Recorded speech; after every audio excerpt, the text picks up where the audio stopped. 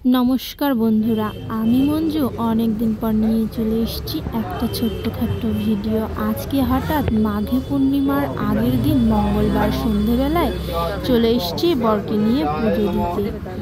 এই 1 বছর আগে এই মাসেই আমি আমার বরকে অনেক কথা শুনিয়েছিলাম যে চলো ওই ঠাকুর আমাদের ডাকতেছে, চলো আমরা পুজো দিয়ে আসি। ও আমার সাথে অনেক ঝামেলা করেছিল, না আমার বাড়িতে শ্রী চাঁদ ঠাকুরের মন্দির আছে, আমি তাকেই মানি, আমি অন্য কোনো ঠাকুর মানি না। আমার মন কেমন যেন খুব টান ছিল, কারণ কি আমি হিন্দি কথাগুলো ইউটিউব থেকে ফেসবুক থেকে শুনি। তার কথা মতো আমি চলে এসেছিলাম হনুমান মন্দিরে বরের অনেক কথা শুনে, তবুও তাকে নিয়ে এসেছিলাম। জানো বন্ধুরা, ঘরের যে কোনো একজন ভক্তি বান হলেই সে সংসার সম্পন্ন হয়, সবাইকে না হলেও হয়, সবার তো ইচ্ছে সবার মতো তো নাও হতে পারে। তো যাই হোক, আমার কথা মতো 1 বছর আগে এসেছিল। 5 দিনের মাথায় মানসিক করার পরে আমরা এই ব্যবসাটা খুলতে পেরেছিলাম। এই 1 বছরে অনেক কিছুই হয়েছে জীবনে, অনেক কিছু না হলেও অভাবটা ঘুচে গেছে। এই হনুমান মন্দিরে এসে সবাই বলো জয় বজরংবলী।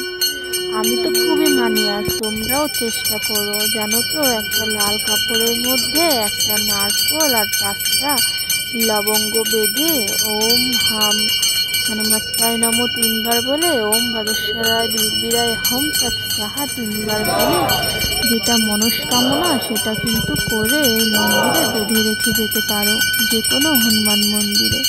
2 দিনের মধ্যে যদি তুমি হনুমানের স্বপ্ন দেখো, তাহলে ভাববে হনুমানের কাছে তোমার আরজি চলে গেছে, মানে তোমার মনস্কামনাটা চলে গেছে তার কাছে। অবশ্যই তোমার যদি বিশ্বাস থাকে তবে কিন্তু সেই জিনিসটা তোমরা পেতেই পারবে। দেখো হনুমান ঠাকুর কত লাড্ডু খেতে ভালোবাসে, লাড্ডু, নারকোল, পানের খিল, জবার মালা, আকন্দ ফুলের পাতায় রাম রাম লিখে 108টা মনস্কামনা পূর্ণ করতে পারো, তাকে খুশি করতে পারো। দেখো মোমবাতি জ্বালাচ্ছে সবাই, আমার তো আগে জ্বালানো হয়ে গেছিলো। বরকে বললাম একটু ভিডিও করে দিতে, তা তো সে লজ্জা পায়।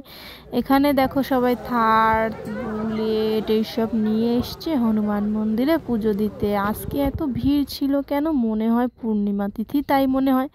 আর মন্ত্রে তো বলছিলই পূর্ণিমা তিথি। আমার ভিডিওটা অনেক দিন পর তোমাদের কেমন লাগলো অনেক কমেন্টস করো। কমেন্টস তো আর এখন আসেই না, কি করে আসবে? আমি তো এখন আর ভিডিওই দিই না। এই যে তারপরে বরের দোকানে চলে আসলাম, এই যে ওকে ছেড়ে দিয়ে চলে গেছিলো ব্যবসাটা হাতের ওপর, তো আর কি করার। একটুখানি রাস্তায় বললো চলো আমার দোকানে একটু পাড়া দিয়ে আসো তুমি, তো আমারে নিয়ে গেল। আমি দোকান থেকে একেবারে বাড়ি চলে গেলাম। চলো টাটা, বাই বাই।